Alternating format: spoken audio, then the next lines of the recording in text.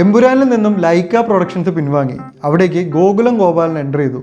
ഇപ്പോൾ എമ്പുരാൻ്റെ കോ പ്രൊഡ്യൂസറായി ശ്രീ ഗോകുലം മൂവീസ് മാറി. അങ്ങനെ ആർക്കും പ്രശ്നമില്ലാതെ ഈ 3 പ്രൊഡക്ഷൻ കമ്പനികളും കൂടെ കാര്യങ്ങൾ രമ്യമായി അവസാനിപ്പിച്ചു. പക്ഷേ ഇവിടെ ബാക്കി പലർക്കും സംശയങ്ങളാണ്. ഇത്രയും പണം മുടക്കിയ സ്ഥിതിക്ക് ഇനിയിപ്പോൾ ഈ സിനിമയുടെ പ്രൊഡ്യൂസർ ആശീർവാദാണോ അതോ ശ്രീ ഗോകുലം മൂവീസാണോ? ഇനി ഞാൻ മറ്റൊരു സിറ്റുവേഷൻ പറയാം. ഈ ഒരു സെറ്റിൽമെൻറ്റ് ലൈക്ക പ്രൊഡക്ഷന് കൊടുക്കേണ്ട പണം ശ്രീ ഗോകുലം മൂവീസ് അല്ല കൊടുത്തത്. ഒരു ഇൻഡിവിജ്വൽ വ്യക്തി ഇത്രയും പണം ആൻ്റണി പെരുമ്പാവൂർക്ക് കൊടുക്കാൻ തയ്യാറായി എന്ന് കരുതുക. അങ്ങനെ ആ പണം കൊടുത്ത് ലൈക്ക പ്രൊഡക്ഷൻ്റെ ഈ ഒരു സിനിമകളിൽ ഇൻവോൾവ്മെൻറ്റ് ഒഴിവാക്കി ഈ ലൈക്ക പ്രൊഡക്ഷൻസ് മാറിക്കഴിഞ്ഞാൽ ഈ പണം കൊടുത്ത ആളാണോ പിന്നീട് എമ്പുരാൻ്റെ പ്രൊഡ്യൂസർ? ഒരിക്കലും അല്ല. ഞാനൊന്ന് പറഞ്ഞോട്ടെ.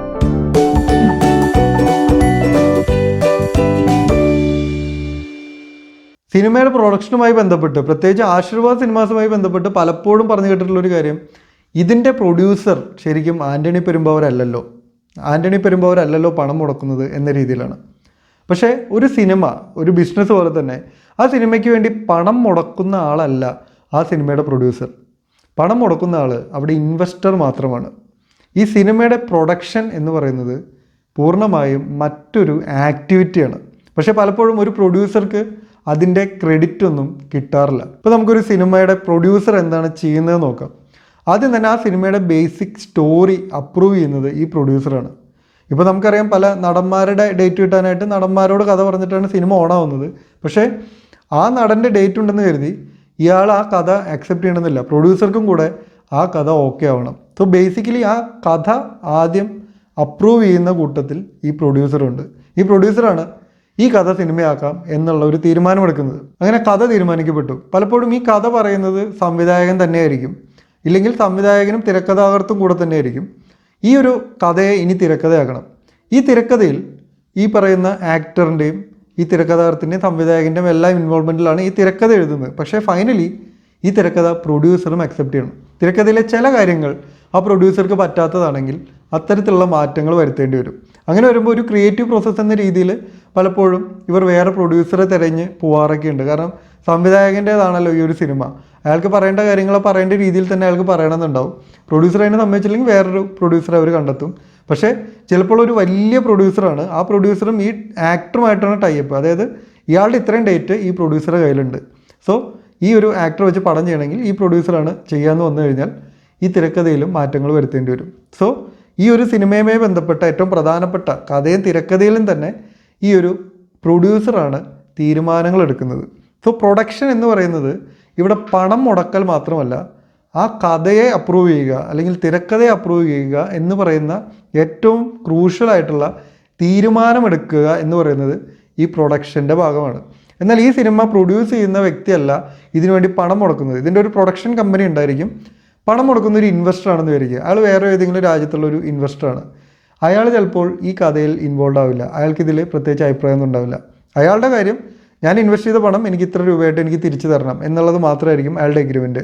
അയാൾക്ക് ഈ കഥയിൽ അഭിപ്രായം പറയാനോ അല്ലെങ്കിൽ ഇതിൽ വരുന്ന മറ്റ് തീരുമാനങ്ങൾ എടുക്കാനോ ഒന്നും അയാൾ ഇൻവോൾവ് ആവില്ല. അങ്ങനെ നായകനുമായിട്ട് കഥ പറഞ്ഞു, നായകൻ ഓക്കെയാണ്, ഇനി മറ്റ് ക്യാരക്ടേഴ്സ് ചെയ്യാനുള്ള ആക്ടേഴ്സിന് കിട്ടണം. അപ്പോൾ അതിനായിട്ട് ഒരു വിഷ് ലിസ്റ്റ് ഈ ഒരു ഡയറക്ടർ പ്രിപ്പയർ ചെയ്യും. ഇന്ന ക്യാരക്ടറിന് ഈ 2 ഓപ്ഷൻസ് അല്ലെങ്കിൽ 2-3 ഓപ്ഷൻസ് ആയിട്ട് ഇവർ കൊടുക്കും. ചില പ്രധാന ക്യാരക്ടേഴ്സ് ഇന്ന ആൾ തന്നെ ചെയ്യണം എന്നുണ്ടായിരിക്കും. അത് ഡയറക്ടർ പറയും എനിക്ക് ഇന്ന ആൾ തന്നെ വേണം, അത് അവർ കൊടുക്കും. ബാക്കിയുള്ളതിൽ പ്രൊഡ്യൂസറാണ് തീരുമാനിക്കുക. കാരണം അവർക്ക് വർക്ക് ചെയ്യാൻ എളുപ്പമുള്ള, അവരുമായിട്ട് മുമ്പ് വർക്ക് ചെയ്തിട്ടുള്ള, ഇവർക്ക് കമ്മിറ്റ്മെൻറ്റുകളുള്ള, ഇവർക്ക് വലിയ തലവേദന കൊടുക്കാത്ത അത്തരം ആൾക്കാരെ ആയിരിക്കും ഇവർ ചൂസ് ചെയ്യുന്നുണ്ടാവുക. സോ അവിടെ ഈ കാസ്റ്റിങ്ങിലും ഈ ഡയറക്ടർക്ക് ഒരു വിഷ് ലിസ്റ്റ് കൊടുക്കാമെങ്കിലും ഫൈനലി ഈ കാസ്റ്റിംഗ് അപ്രൂവ് ചെയ്ത് കിട്ടുന്നത് ഈ ഒരു പ്രൊഡ്യൂസറുടെ സൈഡിൽ നിന്ന് തന്നെയായിരിക്കും. അപ്പോൾ ഈ കാസ്റ്റിങ്ങിൽ തന്നെ നമുക്ക് ചിലപ്പോൾ അപ്രാപ്യമെന്ന് തോന്നുന്ന ഒരാളെ വേണം എന്ന് പറഞ്ഞു കഴിഞ്ഞാൽ അയാളെ കറക്റ്റായിട്ട് കോൺടാക്ട് ചെയ്ത് അയാൾക്ക് അഡ്വാൻസ് കൊടുത്ത് അയാളെ ഈ ഒരു പ്രൊജക്റ്റിന് വേണ്ടി കറക്റ്റ് അയാളുടെ ഡേറ്റ് വാങ്ങിയെടുക്കുക എന്ന് പറയുന്ന ഒരു കാര്യം ഈ പ്രൊഡ്യൂസറാണ് ചെയ്യുന്നുണ്ടാവുക. ഉദാഹരണമായിട്ട് നമുക്ക് ലൂസിഫർ തന്നെ എടുക്കാം. ലൂസിഫറുമായി ബന്ധപ്പെട്ട ഒരു ഇൻ്റർവ്യൂവിൽ പൃഥ്വിരാജ് പറഞ്ഞിട്ടുണ്ടായിരുന്നു, എനിക്ക് ഈ ബോബി എന്നുള്ളൊരു ക്യാരക്ടർ വിവേക് ഒബ്രോയ് ചെയ്യണമെന്നായിരുന്നു എൻ്റെ ആഗ്രഹം. ഇത് ഞാൻ നമ്മുടെ പ്രൊഡ്യൂസറോട് പറഞ്ഞു. പിന്നെ ഒന്നും പൃഥ്വിരാജിനെ അറിയേണ്ടി വന്നിട്ടില്ല. ഇവർ തന്നെ ഡയറക്റ്റ് വിവേക് ഒബ്രോയെ കോൺടാക്ട് ചെയ്യുന്നു, അയാൾക്ക് അഡ്വാൻസ് കൊടുക്കുന്നു, അയാളുടെ ഡേറ്റ് കറക്റ്റായിട്ട് വാങ്ങുന്നു.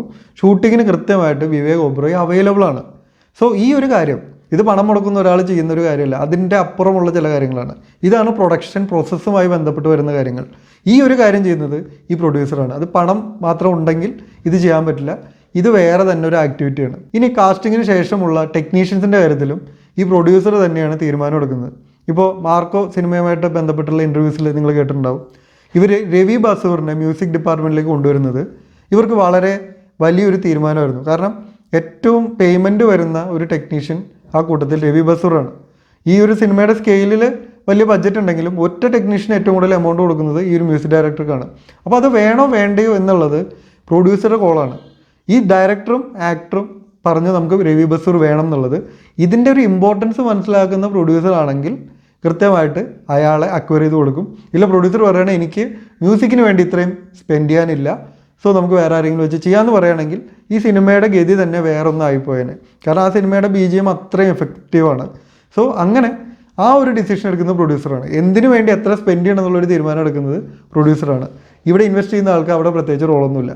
അങ്ങനെ ഈ ഒരു കാസ്റ്റിങ്ങിലും ടെക്നീഷ്യൻസിനെ ഹയർ ചെയ്യുന്ന കാര്യത്തിലും ഈ പ്രൊഡ്യൂസറുടെ തീരുമാനത്തിലാണ് ഈ കാര്യങ്ങളൊക്കെ നടക്കുന്നത്. ഇനി ഷൂട്ടിംഗ് തുടങ്ങിക്കഴിഞ്ഞാൽ ഇവിടെ ഓരോ ദിവസവും പല റിക്വയർമെൻറ്റ്സും വരും. ചില ദിവസം കൂടുതൽ ക്രൗഡ് വേണ്ടി വരും, ചില ബിൽഡിങ്ങിൻ്റെ പെർമിഷൻ എടുക്കേണ്ടി വരും, ചില എക്യുപ്മെൻറ്റുകൾ വേണ്ടി വരും. ഇപ്പോൾ ഷൂട്ട് ചെയ്യുന്ന സമയത്ത് നമുക്ക് ഇത്തരത്തിൽ ഷൂട്ട് ചെയ്താൽ ഈ സീൻ കുറച്ചുകൂടെ ബെറ്റർ ആവും, ഈ ഷോട്ട് കുറച്ചുകൂടെ ബെറ്റർ ആവും.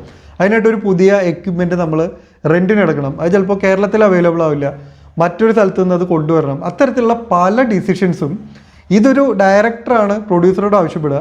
പക്ഷേ പ്രൊഡ്യൂസറാണ് ഇതിന് ഫൈനൽ കോൾ. ഇത് വേണോ വേണ്ടയോ എന്നുള്ളതിന് ഈ പണം സ്പെൻഡ് ചെയ്യുന്ന പ്രൊഡ്യൂസറാണ്. ഇയാൾ ആൻസറബിൾ ആവുന്നത് ഇൻവെസ്റ്ററോടാണ്. കാരണം ഇൻവെസ്റ്റർ ഈ പടത്തിനായിട്ട് കണ്ട ഒരു ബഡ്ജറ്റ് ഉണ്ടായിരിക്കും, പക്ഷേ അതിനേക്കാൾ കൂടുതൽ ചിലപ്പോൾ ഇത്തരം കാര്യങ്ങൾ ചെയ്യുമ്പോൾ ബഡ്ജറ്റായിട്ട് വരാം. പക്ഷേ സിനിമയുടെ ആകത്തുകയിൽ ഈ സിനിമ കുറച്ചുകൂടെ ബെറ്റർ ആവും പണം ചിലവാക്കി കഴിഞ്ഞാൽ. ഈ ഡിസിഷൻ എടുക്കുന്ന പ്രൊഡ്യൂസറാണ്, ഇതിൻ്റെ ഇൻവെസ്റ്റർ അല്ല. ഇനി ഈ സിനിമയുടെ ഷൂട്ട് കഴിഞ്ഞു, ഇത് റിലീസ് ചെയ്യാൻ പോകുന്നു, ഈ സിനിമയെ മാർക്കറ്റ് ചെയ്യണം. ഇതിന് ഏത് രീതിയിൽ മാർക്കറ്റ് ചെയ്യണം എന്നുള്ളതിന് പല മാർക്കറ്റിംഗ് കമ്പനികളും ഉണ്ട്. അവരതിനുള്ള പ്ലാനും കാര്യങ്ങളൊക്കെ കൊടുക്കും. പക്ഷേ ഈ മാർക്കറ്റിങ്ങിന് ഒരു ബഡ്ജറ്റ് ഉണ്ടാവും. ഈ മാർക്കറ്റിംഗ് ഏത് രീതിയിൽ പോകണം, ആരൊക്കെ ത്രൂ പോകണം, ഇതെല്ലാം തീരുമാനിക്കുന്നത് ഈ പ്രൊഡ്യൂസറായിരിക്കും. കാരണം ഇയാളുടെ കയ്യിൽ ഒരു ഓവറോൾ ബഡ്ജറ്റ് ഉണ്ട്. ഇതിൻ്റെ ഷൂട്ടിങ്ങിനും മാർക്കറ്റിങ്ങിനും എല്ലാം കൂടി ഒരു ബഡ്ജറ്റ് ഉണ്ട്. ഇത് ഇൻവെസ്റ്റർ കൊടുത്തതിനേക്കാളും ചിലപ്പോൾ കൂടുതലായിരിക്കും. ഈ പണം ഇയാൾ വേറെ സൈഡിൽ നിന്ന് ഉണ്ടാക്കേണ്ടി വരും. പക്ഷേ മാർക്കറ്റിങ്ങിൻ്റെ ഇമ്പോർട്ടൻസ് അറിയുന്ന ഒരു പ്രൊഡ്യൂസറാണെങ്കിൽ അയാൾ കൃത്യമായിട്ട് അതിൽ സ്പെൻഡ് ചെയ്യും. അതിനനുസരിച്ച് സിനിമ കൂടുതൽ ആൾക്കാരിലേക്ക് എത്തും. നമ്മൾ തന്നെ കാണാറുണ്ട്, ചില സിനിമ വരാറായി പക്ഷേ ഇതിൻ്റെ അനക്കമൊന്നും കാണുന്നില്ല. അപ്പോൾ ഇവരെങ്ങനെയാണ് ഇതിനെ മാർക്കറ്റ് ചെയ്യുന്നത്, പ്രൊഡ്യൂസർക്ക് പോലും ഒരു താല്പര്യമില്ല എന്നൊക്കെ പറയുന്ന രീതിയിലുള്ള കമൻസൊക്കെ നമ്മൾ കാണാറുണ്ട്. ചില സിനിമകളുടെ മാർക്കറ്റിംഗ് കാരണം തന്നെ ഇത് പാളിപ്പോകുന്നുമുണ്ട്. കാരണം ഓവർ ഹൈപ്പ് വരുന്നു, അത്രയ്ക്കൊന്നും സിനിമയിൽ ഉണ്ടാവില്ല.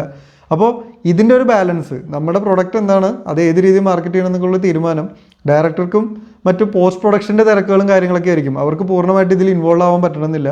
സോ മാർക്കറ്റിങ്ങിലും കാര്യമായ ഡിസിഷൻ എടുക്കുന്ന ഈ പ്രൊഡ്യൂസർ തന്നെയാണ്. അങ്ങനെ ഒരു സിനിമ ഏത് രീതിയിൽ വരണം എന്നുള്ളതിൻ്റെ പ്രധാനപ്പെട്ട തീരുമാനങ്ങൾ എടുക്കുന്നതും എന്തിനൊക്കെ പണം സ്പെൻഡ് ചെയ്യണമെന്ന് തീരുമാനിക്കുന്നതും ഈ പ്രൊഡ്യൂസറാണ്. സോ ഒരു സിനിമയ്ക്ക് വേണ്ടി പണം ചിലവാക്കുന്ന ആളല്ല പ്രൊഡ്യൂസർ. ഈ പണം ഇല്ലാത്ത ആൾക്കും ഇവിടെ പ്രൊഡ്യൂസർ ആവാം. കൃത്യമായിട്ട് സിനിമയെക്കുറിച്ചൊരു ധാരണയുള്ള, എന്തിനൊക്കെ പണം ചിലവാക്കാം, എന്തിന് ചിലവാക്കണ്ട എന്നതിനെക്കുറിച്ച് കൃത്യമായ ധാരണയുള്ള, ആ ഒരു കമാൻഡിങ് ആറ്റിറ്റ്യൂഡുള്ള, ഈ ഒരു പണത്തിൻ്റെ പുറത്തൊരു ഗ്രിപ്പുള്ള, അതേപോലെ മാർക്കറ്റിങ്ങിനെ കുറിച്ച് നല്ല ധാരണയുള്ള ഒരാൾക്ക് കയ്യിൽ പണമില്ലെങ്കിലും പ്രൊഡ്യൂസർ ആവാം, നല്ല രീതിയിൽ ലാഭം ഉണ്ടാക്കാനും പറ്റും. പക്ഷേ ഇതിനെക്കുറിച്ച് വലിയ ധാരണയില്ലാതെ കയ്യിൽ പണം ഉള്ളതുകൊണ്ട് മാത്രം പ്രൊഡ്യൂസർ ആവുമ്പോഴാണ് പലപ്പോഴും ഇവിടെ വലിയ നഷ്ടങ്ങളൊക്കെ സംഭവിക്കുന്നത്. സോ ഞാൻ ആദ്യം പറഞ്ഞ പോലെ എമ്പുരാനിൽ ലൈക്ക പ്രൊഡക്ഷൻസിനെ സെറ്റിൽ ചെയ്യേണ്ട എമൗണ്ട് ഒരു ഇൻഡിവിജ്വൽ വ്യക്തിയാണ് കൊടുത്തിരുന്നതെങ്കിൽ ഉടനെ അയാൾ ആ സിനിമയുടെ പ്രൊഡ്യൂസർ ആവില്ല. അയാൾ എമ്പുരാനിലെ ഒരു ഇൻവെസ്റ്ററാണ്. അയാൾക്ക് ഇതിൻ്റെ പ്രൊഡ്യൂസറായ ആൻ്റണി പെരുമ്പാവൂരുമായിട്ടായിരിക്കും കമ്മിറ്റ്മെൻറ്റ്. സോ പടം റിലീസായി കളക്ട് ചെയ്ത് കഴിഞ്ഞാൽ ആ തുകയും ആ എഗ്രി ചെയ്ത എമൗണ്ടും തിരിച്ചു കൊടുക്കുക എന്നുള്ളത് മാത്രമാണ് ആ പ്രൊഡ്യൂസറുടെ കമ്മിറ്റ്മെൻറ്റ്. അല്ലാതെ ഈ സിനിമയുമായി ബന്ധപ്പെട്ട മറ്റൊന്നിലും ഈ പണം കൊടുക്കുന്ന ആൾക്ക് തീരുമാനങ്ങൾ ഉണ്ടാവില്ല. ഈ വീഡിയോ ഇഷ്ടപ്പെട്ടെങ്കിൽ ലൈക്ക് ചെയ്യുക. അടുത്ത എപ്പിസോഡിൽ മറ്റൊരു കാര്യം പറയാൻ വേണ്ടി വരാം. Thank you for watching.